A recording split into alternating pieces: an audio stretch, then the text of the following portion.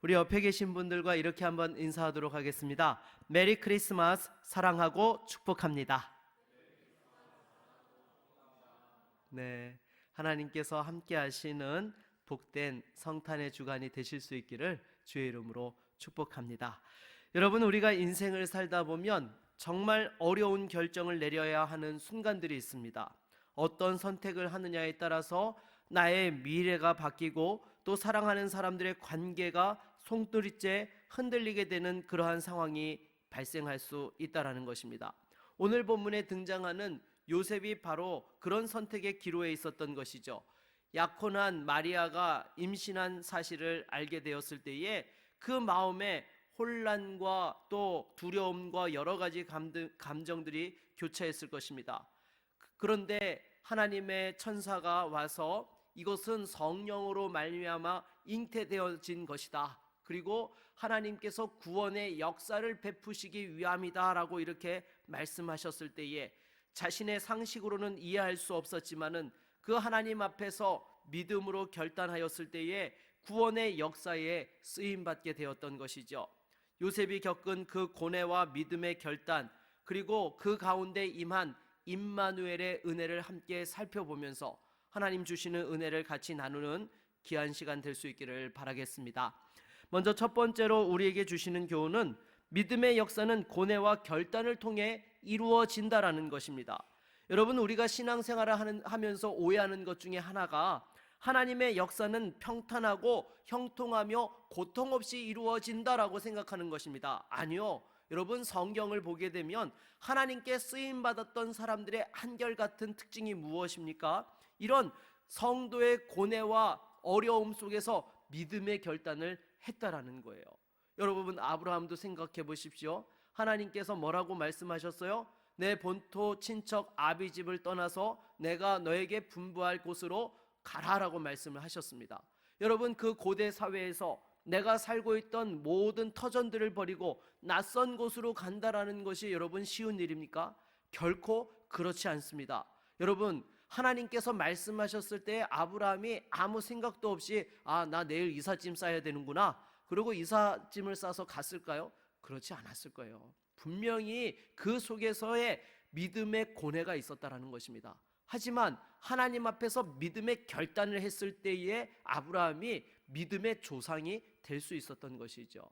여러분, 오늘 우리가 같이 읽은 본문에 요셉도 마찬가지였던 것입니다. 여러분, 요셉은 평범하지만 하나님을 사랑하는 신실한 믿음의 사람이었던 것이죠.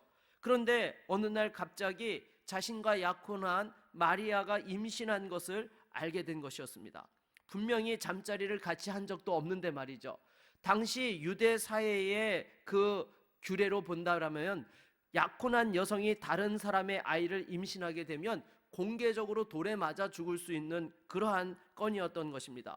그러니 여러분, 이런 상황들 속에서 요셉이 그 마음이 얼마나 복잡하고 힘들었겠습니까? 분노의 마음도 들었다가 또 연민의 마음도 들었다가 오만 가지 감정이 교차했을 것입니다. 그런데 이에 대하여서 오늘 19절 말씀을 보게 되면 아주 간단하게 기록하고 있어요. 뭐라고요? 그를 드러내지 아니하고 가만히 끊고자 하였다라고 이렇게 아주 짧게 말씀을 하고 있습니다. 하지만 이 짧은 구절 속에는 요셉의 고민과 갈등이 고스란히 녹아져 있는 것이죠. 여러분, 아마도 이 문제를 어떻게 처리해야 될지 밤을 하얗게 지새우기가 일쑤였을 것입니다. 여러분, 생각해 보십시오. 그런 일이 있어서는 안 되지만은요, 여러분, 만약에 여러분이 결혼을 했는데 배우자가 불륜을 저지른 사실을 알게 된 거예요. 그러면 그날로 바로 너 나하고 같이 법원에 가서 도장 찍자, 여러분, 그렇게 할 수 있겠습니까? 그렇게 할 수 있는 문제가 아니라는 거죠. 당장에 우리 청년들도 이렇게 연애를 하다가 나랑 교제하고 있는 사람이 양다리를 걸치는 현장을 알게 되었어요. 그러면 그것에 대해서 바로 전화합니까? 아니요. 그게 진짜 정확한 건지 다시 한번 확인을 하고 나서 분명해졌을 때 그 부분에 대해서 어떻게 얘기할 건지 또 고민하지 않겠어요? 내가 얘하고 끝을 내야 되는지, 아니면 다시는 못하도록 혼쭐을 내줘야 되는 건지, 여러 가지 상황에 대한 복잡한 생각을 하면서 그 속에서 그 관계들을 어떻게 해 나가야 될지 그렇게 풀어가게 될 것입니다. 그런데 여러분, 약혼한, 우리로 얘기하면은 결혼한 것과 다름없는 그러한 사이였던 것이죠. 그런 상황들 속에서 여러분, 이 요셉이 얼마나 고민을 했겠습니까? 여러분, 우리가 살다 보면은요, 꼭 이런 것은 아니라 할지라도 예상치 못한 문제와 충격적인 사건 앞에서 어떤 선택을 해야 될지 몰라서 혼란스러울 때가 우리도 있다라는 것입니다. 이럴 때에 이 문제를 실수하지 않고 잘 풀어가기 위해서는 하나님의 뜻이 무엇인지를 찾고 기도하는 시간들을 가져야 된다라는 거예요. 여러분, 오늘 본문에 보게 되면 이 요셉이 꿈속에서 주의 천사가 임하여서 그 마리아가 임신하게 된 것이 바로 하나님의 성령으로 말미암게 되어진 것이고, 이 태어날 아이가 바로 이 세상의 구주로서 임마누엘의 하나님으로서 오시는 분이시다라는 것을 알려주었던 것이죠. 그런데 어떻게 이런 꿈을 꿀 수 있었을까요? 바로 하나님의 뜻을 구하며 기도하였기 때문이라는 것입니다. 여러분, 그냥 인간적인 감정에 주체하지 못해서 폭발하고 있을 때라고 한다면 어떻게 이렇게 꿈속에서 하나님의 음성을 들을 수 있었겠습니까?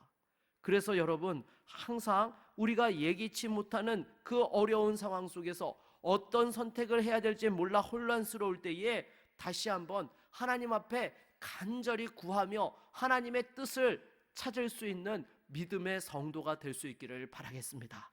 그래서 여러분, 우리 주님께서 이 땅에 오실 때에요, 그냥 어느 날 짠 하고 나타나신 것이 아니라 그 과정 속에서 믿음의 엄청난 고뇌와 결단을 한 사람들이 있었다라는 것입니다. 누가 그렇게 했어요? 바로 요셉과 마리아가 그러했던 것이죠. 그래서 여러분, 이렇게 하나님의 계획을 깨닫게 되어지고 자신의 경험과 상식을 뛰어넘는 그 하나님의 말씀 앞에서 하나님께서 오래전에 구원의 역사를 위하여 계획하셨던 일임을 또한 알게 되면서 자신의 체면이나 사회적인 시선에 얽매이지 않고 그 모든 것들을 내려놓고 또 마리아를 자신의 아내로 맞이하는 결단을 하게 되었던 것입니다. 그런데 이 요셉의 믿음의 결단이요, 단순히 개인적인 그러한 선택으로 끝난 것이 아니었습니다. 하나님께서 택하신 성도들을 구원하기 위한 그 놀라운 구속의 역사에 큰 길을 여는 결단이 되었다라는 것이죠. 그래서 여러분, 하나님께서는요, 때로 한 사람의 결단을 통해서 나라를 바꾸기도 하시고 또 시대의 운명을 좌지우지하시는 그런 역사들을 행하기도 하신다라는 것입니다. 여러분, 생각해 보십시오. 요셉이 이 상황에서 받아들이지 못했다라고 한다면 어떻게 될 뻔했겠습니까? 그런데 이 요셉이 믿음의 결단을 했을 때에 정말 보잘것없는, 가진 것 없는 평범한 믿음의 그 가난한 가정에서 살고 있었던 목수였지만 하나님 앞에서 이 결단이 또한 예수 그리스도가 이 땅에 오시는데 결정적인 역할을 하게 되었다라는 것입니다. 사랑하는 여러분, 우리가 선택의 기로에 섰을 때에 정말 인간적으로 결정하는 것이 아니라 하나님의 뜻이 어디에 있는지를 분명하게 찾고 구하며 믿음의 결단을 할 수 있기를 바라겠습니다. 때로 그것이 우리의 상식과 경험을 초월하고 또 자존심과 체면을 내려놓아야 되는 부분들이 있다 할지라도 그것을 통해서 하나님께서 놀라운 기적의 역사를 펼쳐가시는 것이죠. 우리 옆에 있는 분들과 다시 한번 이렇게 인사하도록 하겠습니다. 믿음의 결단이 하나님의 역사를 만듭니다. 네, 여러분, 믿음의 결단이 뭘 만들어요? 하나님의 역사. 여러분, 다시 한번 청년의 때에 믿음의 결단을 통해서 하나님의 뜻을 이루며 또 놀라운 역사 가운데 쓰임받는 은혜와 복이 있기를 바라겠습니다. 두 번째로, 임마누엘의 은혜는 하나님의 완전한 사랑과 계획을 보여주는 것입니다. 여러분, 이렇게 요셉이 천사의 음성을 통하여서 예수 그리스도가 이 땅에 태어날 것을 또한 알게 되었는데요, 이 천사가 태어날 아이에 대해서 특별한 메시지를 주지요. 보라, 처녀가 잉태하여 아들을 낳을 것이요 그의 이름을 임마누엘이라 하리라 라고 이렇게 말씀한 것입니다. 여러분, 임마누엘의 뜻이 무엇이에요? 하나님이 우리와 함께 계시다라는 것이 임마누엘의 뜻인 거예요. 그래서 여러분, 이 임마누엘이라는 것은요, 먼저 하나님의 완전한 사랑을 보여주는 것입니다. 여러분 생각해 보십시오. 하나님께서 예수 그리스도를 이 땅에 보내신 이유가 무엇입니까? 저와 여러분들의 죄를 사해 주시기 위해서 예수님을 이 땅에 보내신 거예요. 그런데 우리가 그 사랑과 은혜를 받을 만한 자격이 있는 사람들이에요? 그렇지 않다라는 것입니다. 하나님과 원수 되었을 때에, 아직 죄인 되었을 때에 그리스도께서 우리를 위하여 죽으심으로 하나님께서 우리에 대한 자기의 사랑을 확증하셨다라고 말씀하고 있는 것이죠. 결국 여러분, 예수님께서 이 땅에 성탄하신 임마누엘의 역사는요, 하나님의 완전한 사랑을 우리에게 보여주고 있는 것입니다. 그럼에도 우리는 때로 어떻게 실족하고 넘어집니까? 내가 하나님 앞에서 믿음으로 살지 못하고, 또 경제적으로 어려움과 실패를 당하고 진로의 문제들이 닥쳤을 때에 하나님께서 나를 잊고 계신 것 아닐까라는 그런 쓸데없는 의심과 두려움에 빠지기도 한다라는 것입니다. 그러나 여러분, 임마누엘의 은혜는요, 하나님이 우리의 연약함을 아시면서도 우리와 함께 하시고 결코 떠나지 않는다는 약속이요 은혜인 줄로 믿습니다. 그래서 하나님께로 돌이키기만 하면 하나님께서 우리를 붙잡아 주시고 다시금 새롭게 시작할 수 있게 되는 것이죠. 그래서 여러분, 항상 신앙생활하면서 임마누엘의 하나님을 믿고 의지할 수 있는 우리 모두가 될 수 있기를 바라겠습니다. 계속해서 여러분, 이 임마누엘의 은혜는요, 하나님의 또한 완전한 계획을 보여주는 것입니다. 우리 22절 말씀을 보게 되면은요, 우리 자막으로 한번 읽어보도록 하겠습니다. 22절입니다. 이 모든 일이 된 것은 주께서 선지자로 하신 말씀을 이루려 하심이니. 아멘. 여러분, 주께서 선지자로 하신 말씀이 무엇이었어요? 이사야서 7장 14절 말씀이에요. 우리 한번 자막으로 그것도 같이 읽어보겠습니다. 보라, 처녀가 잉태하여 아들을 낳을 것이요 그의 이름을 임마누엘이라 하리라. 아멘. 여러분, 이미 하나님께서 구약의 이사야 선지자를 통해서 이와 같은 예언의 말씀을 허락하여 주셨고, 그 예언의 말씀의 성취로서 또한 요셉과 마리아를 통하여 아기 예수님이 탄생하게 되었다라는 것입니다. 그래서 여러분, 하나님께서는요, 어떤 일을 행하시고 계획하실 때에 그냥 즉흥적으로 하시는 것이 아니라 이미 하나님께서는 작정하시고 그 모든 것들을 섭리하셔서 진행하신다라는 것입니다. 그러기에 이미 수백 년 전에 예언되어진 말씀이 바로 요셉과 마리아를 통하여서 또 성취되는 역사들을 볼 수 있게 되었던 것이죠. 그래서 항상 우리가 때로는 이 하나님의 계획을 이해하지 못한다 할지라도 그 계획은 조금도 실수함이 없이 완벽하게 진행되고 이루어지는 줄로 믿습니다. 그러기에 우리가 때로 내 상식과 경험으로 받아들일 수 없는 것이 있다 할지라도 하나님께서 하시는 일에 대하여서 그 신실하심을 믿고 의지하며 임마누엘의 하나님을 신뢰할 수 있는 우리 모두가 될 수 있기를 바라겠습니다. 그래서 여러분, 이 임마누엘의 은혜는요, 과거의 사건이 아닙니다. 지금 우리의 삶 가운데서도 살아계셔서 역사하시는 그러한 은혜라는 것이죠. 그래서 여러분들도 그런 경험 해보셨을 거예요. 내 힘으로 감당할 수 없는 어려운 문제 앞에서 하나님께 도와달라고 기도하였을 때에 기적적으로 그 문제들을 풀어갔던 경험들 있으셨죠. 또 원치 않는 질병과 사건 사고 속에서 하나님께서 풀어주셨던 은혜들을 경험해 보셨을 것입니다. 결국 그것이 무엇입니까? 지금 우리의 삶 속에 하나님께서 동행하고 함께 해주신다는 거예요. 그래서 이 임마누엘의 은혜는요, 요셉과 마리아에게만 임하였던 하나님의 은혜가 아니라 지금 현재를 살아가고 있는 저와 여러분들에게도 임하시는 하나님의 은혜인 줄로 믿습니다. 우리 옆에 있는 분들과 이렇게 한번 인사하도록 하겠습니다. 하나님이 함께 하십니다. 네, 여러분의 삶에 함께 하시는 하나님을 바라볼 수 있기를 바라겠습니다. 그래서 세 번째로 우리에게 주시는 교훈은 이 임마누엘의 은혜가 우리 삶을 변화시키는 능력이라는 거예요. 여러분, 하나님이 우리와 함께 하신다라는 것, 이게 얼마나 크고 강력한 은혜요 축복인지 모릅니다. 여러분, 우리가 살면서 누가 함께 있느냐, 이게 정말 중요한 거예요. 당장에 어린 아기들을 보십시오. 이 아이들이요, 정말 장난감도 많고 먹을 것도 많이 있어도요, 누가 없으면 울어요? 엄마가 없으면 울어요. 반면에 당장에 먹을 것도 없는 것 같고 장난감도 없어도 누가 있으면 애가 만족해해요? 엄마가 옆에 있으면 만족해 합니다. 바로 누가 옆에 있느냐가 그 사람의 평안과 그 모든 것에 또한 안전이 되어진다라는 것이죠. 그래서 하나님께서 임마누엘로 우리와 함께 하실 때에 어떤 역사가 임합니까? 두려움을 이기는 용기를 갖게 된다라는 것입니다. 그래서 이 요셉이 사실 마리아가 임신했다는 사실을 알고 데려온다라는 것, 이것은 결코 쉬운 일이 아니었습니다. 그러나 임마누엘의 하나님에 대한 약속을 붙잡았을 때에 그 두려움을 이기고 용기로서 그 일들을 감당해낼 수 있었던 것이죠.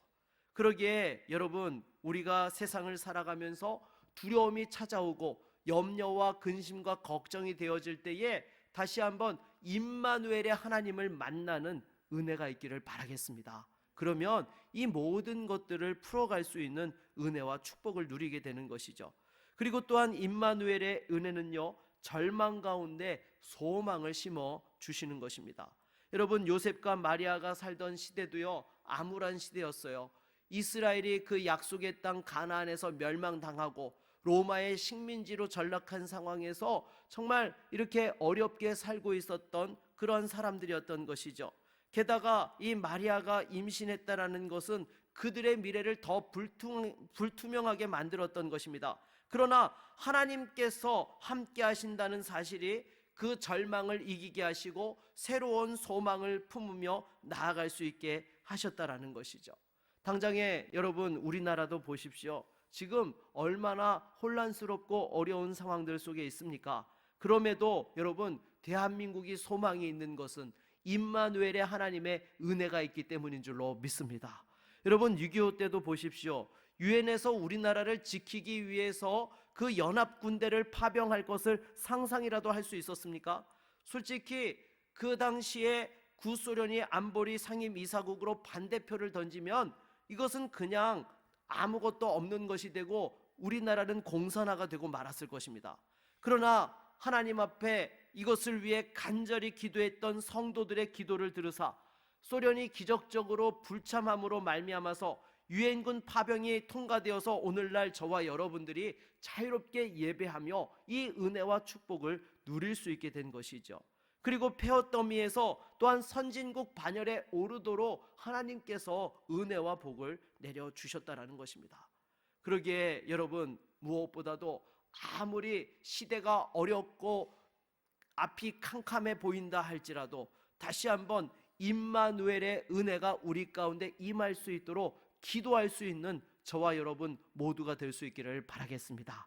그리고 여러분, 정말로 중요한 것은요, 세상의 제도와 시스템이 아니에요. 여러분, 우리나라를 보십시오. 지금 얼마나 민주주의가 고도로 발전한 나라입니까?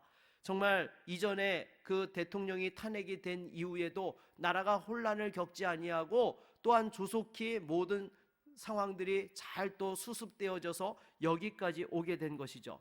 그런데 동시에 우리나라의 민주주의가 한계를 드러내고 있습니다. 여러분, 사실 민주주의라는 것이 무엇입니까? 단순히 다수결이 전부가 민주주의가 아니에요. 이 민주주의라는 것은 다수결의 원칙을 채택함으로써 여러 서로 다른 의견들을 화합해서 최선의 결과를 도출하고자 하는 것이 민주주의인 것입니다. 그러니까 아무리 숫자가 많더라도 적은 쪽을 무시해서는 안 된다라는 것이죠. 함께 가기 위해서 다수결의 원칙을 채택했을 뿐이지 적은 쪽을 버려서는 된다라는 그런 것이 아닌 것입니다. 결국에 오늘날 우리나라의 이 민주주의의 한계가 보여주고 있는 모습이 무엇입니까? 인간의 악한 본성의 그 결과라는 것이죠. 예수 그리스도가 없기 때문에 결국에는 인간의 죄성으로서 극단적인 상황으로 치닫고 있는 그 민주주의의 어두운 부분들을 우리가 보고 있는 것이죠. 거기다가 여러분 지금 국민들이 둘로 나뉘어져 있는 상황에 있습니다. 이러한 상황을 화합하고 해결할 수 있는 것이 무엇일까요? 오직 예수 그리스도, 그리스도의 복음만이 해답이요 이 모든 것에 또한 치유책이요 해결책이 되어지는 줄로 믿습니다. 그래서 우리가 임마누엘의 은혜를 구하면서 또 다시 한번 대한민국이 새로워지는 은혜가 있도록 기도할 수 있기를 바라겠습니다. 그래서 여러분, 임마누엘의 은혜는요 우리의 삶을 하나님의 도구로 또한 쓰임받게 한다라는 것입니다. 여러분, 요셉을 보십시오. 마리아를 보세요. 하나님 앞에서 정말 어떻게 보면 돌에 맞아 죽을 수 있는 상황 속에서 또 자신의 인간적인 사회적인 체면과 그 모든 것들을 내려놓고 순종을 하였을 때에 하나님의 구원 역사에 정말 큰 도구로서 쓰임받을 수 있게 되었다라는 것이죠. 그래서 여러분, 저와 여러분들도 마찬가지인 것입니다. 임마누엘의 은혜를 체험하면서 하나님의 도구로 쓰임받을 때에 우리가 더 큰 하나님의 은혜와 역사들을 보게 된다라는 것이죠. 그래서 여러분, 그 1907년에 평양 대부흥의 운동이 일어났을 때에도 우리 나라가 얼마나 어려운 상황에 있었습니까? 국권이 빼앗기고 정말 식민지로 전락하는 그 시대 속에서 성도들이 하나님을 경험하였을 때에 또 그 가운데 새로운 소망의 씨앗을 심게 되었고 또 그것이 오늘날 대한민국이 되게 하셨다라는 것입니다. 지금 대한민국이 겪고 있는 정치적, 사회적 갈등 속에서 우리가 하나님의 도구로 쓰임받는다는 것이 무엇이겠습니까? 무엇보다 기도하는 성도가 될 수 있기를 바라겠습니다. 개인적인 정치적 성향을 떠나서 하나님께서 이 땅의 지도자들에게 복을 주시고 지혜를 주시며 또 이 땅의 공의와 사랑이 강물처럼 흐를 수 있게 해달라고 기도하며 나아갈 때에 이 복음의 능력과 하나님의 임마누엘의 역사가 이 땅을 새롭게 할 수 있는 것입니다. 그리고 나아가서 우리가 복음을 전해야 되는 것입니다. 사람들이 예수 그리스도를 만날 때만이 그 삶이 새로워지며 그 나라와 민족도 새롭게 변화될 수 있는 것입니다. 여러분, 예수님을 만났던 나라들을 보세요. 역사의 한 페이지를 장식하는 귀한 도구로 쓰임받았다라는 것입니다.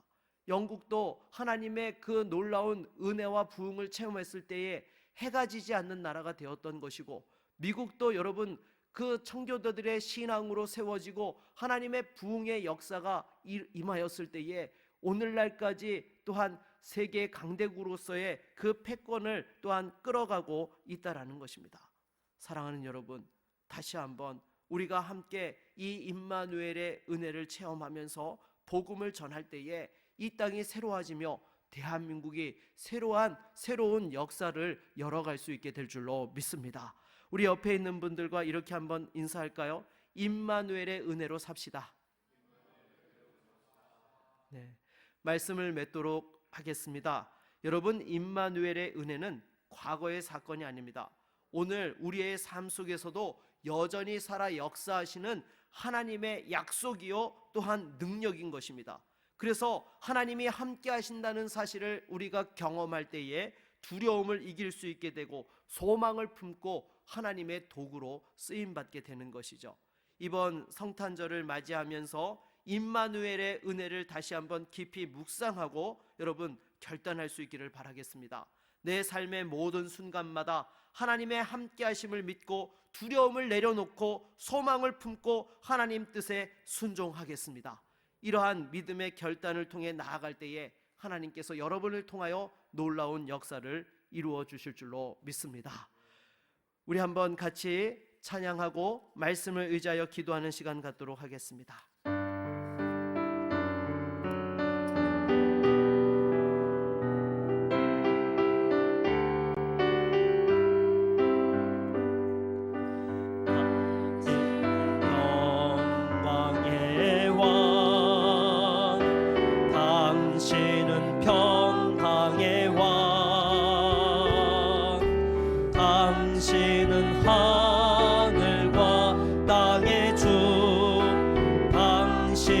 정의의 아들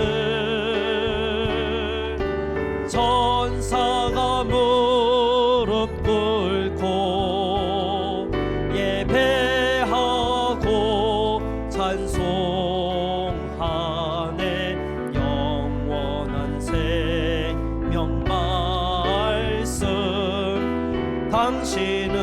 예수 그리스도 주